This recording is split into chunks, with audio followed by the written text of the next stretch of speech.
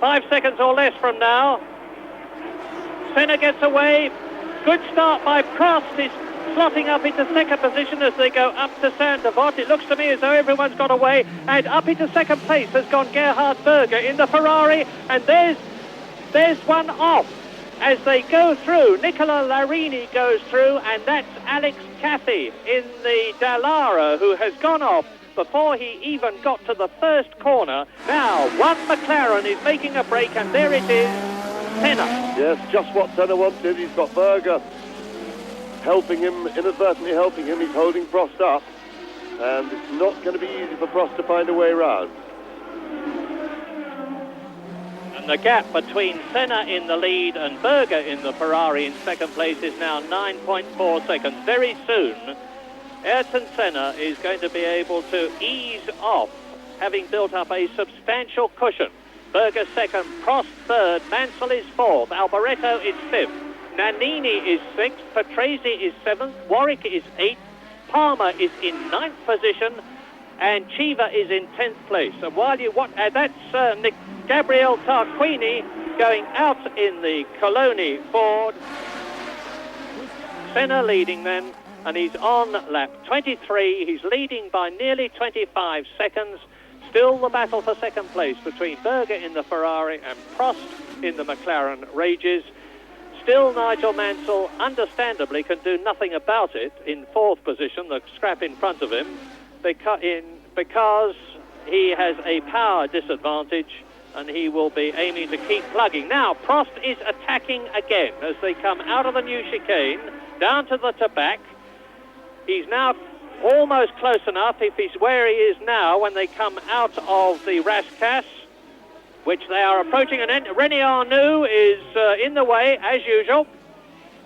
Yes, exactly. I think when they were sitting on the grid and they heard that Arnoux had stopped in the tunnel, there was a big sigh of relief from everybody. They thought that's one troublemaker out of the race, but to everybody's dismay, he's back in, and he was, as usual, getting in the way. But Prost still not in a position to attack. He just can't get things lined up right to have a go. Prost is ever closer. This is the battle for fourth position. Williams, the Judd-powered Williams of Nigel Mansell, with the Ferrari in its wheel tracks. Alboreto fifth, Nannini still sixth, Riccardo Patrese is still seventh, Derek Warwick is still in eighth position, Palmer is still ninth, Boutsen is still 10th, Sala has been lapped in 11th place, and Philippe Alliot, his teammate, is 12th, and again, what a marvellous scrap this is. Two of the top men in Grand Prix racing, Nigel Mansell and Michele Alboreto. And Nannini closing. Yes, exactly. Nannini is catching this battle as maybe Nigel slowing things down, defending his position. Oh, and look at that. Whoop! And that was naughty by Alboreto. I think he wasn't really in a position to do it, and he took Mansell off, and you'd have to say that Alboreto overextended himself there. And that's most unfortunate for Mansell. That looks like Mansell out of the race. Now, Alboreto has been having a look there the last couple of laps, but it's not really an overtaking spot. He's very quick through the pool, but look, and then he locks up, and Mansell turns into the corner, and he clouts Mansell's back wheel, and that really was Alboreto's fault. You're looking at Ayrton Senna, the race leader, 30 seconds ahead of Berger in second place. In third position, Prost. Fourth, Alboreto. Fifth, Nannini. Sixth, Patrese in the second Williams is now up into the points. Derek Warwick is only one place off getting a point. He's in seventh position. Palmer is going superbly in eighth place. That is Nannini. Nannini at Saint-Devot. The man who was in fifth position behind Michele Alboreto has spun to a standstill and out of the race because he is not allowed to be push-started. Look at this, here's the replay, smoking tyres because he's got Riccardo Patrese past him and going through and up, therefore, into fifth position. Senna leading by 40 seconds now, an enormous margin.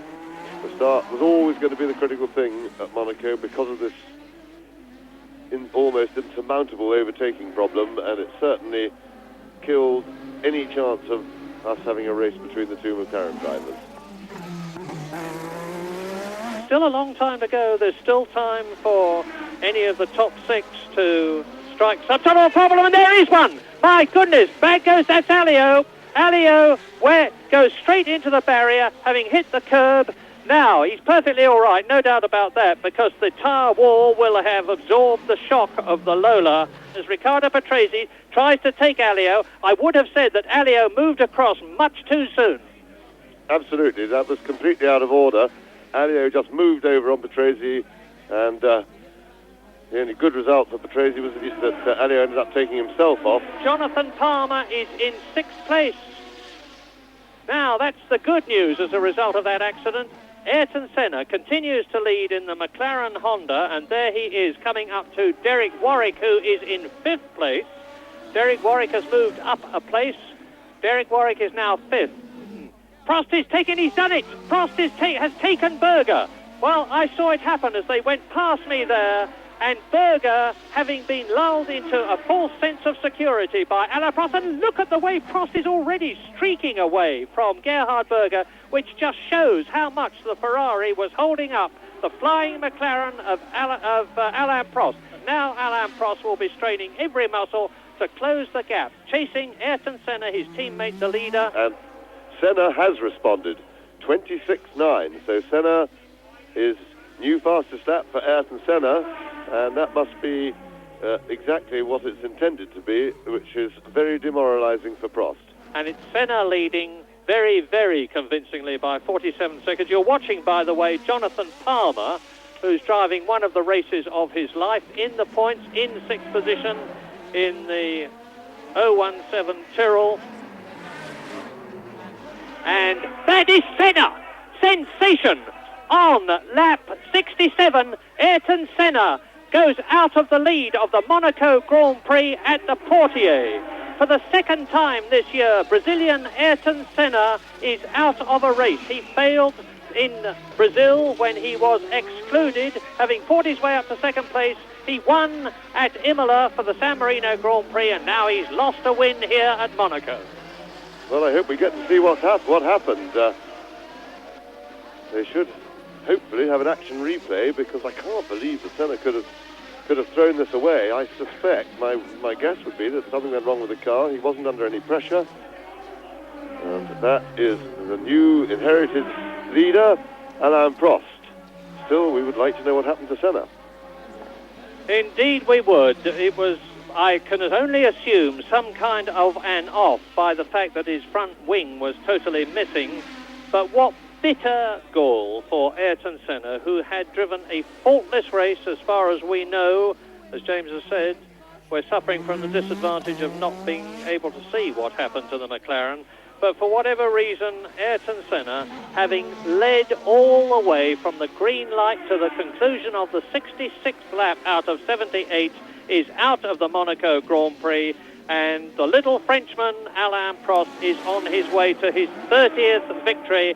And not only that, but to his 4th Monaco Grand Prix win in 5 years. A quite incredible record. Yes, Alain Prost into the tobacco. Riccardo Patrese is still going well. Race order just in the closing stages. He's passed Dalmas. Riccardo Patrese has moved up into 6th place on the last lap of this race, because into the last corner of the 1988 Monaco Grand Prix to score his 4th victory here. An absolutely superb achievement, which is recognised by everybody here, goes Alain Prost to win the 1988 Monaco Grand Prix and raise his wins to 30. His points to 430. Victory for Alain Prost. 2nd, Berger. 3rd, Alboreto. 4th, Derek Warwick. 5th, Jonathan Palmer. 6th, Riccardo Patrese. I did a very, very good start in 1st gear. I was almost able to overtake Ayrton and start, and then I missed 2nd gear. And Gerhard was in front of me in 1st corner. And I was very disappointed, because I was sure that the race was finished for me, for the win. And then I tried to overtake him, and my objective was to finish 2nd, because it was better than nothing. I was quite happy when Ayrton had this problem, but that's part of the game, must be honest.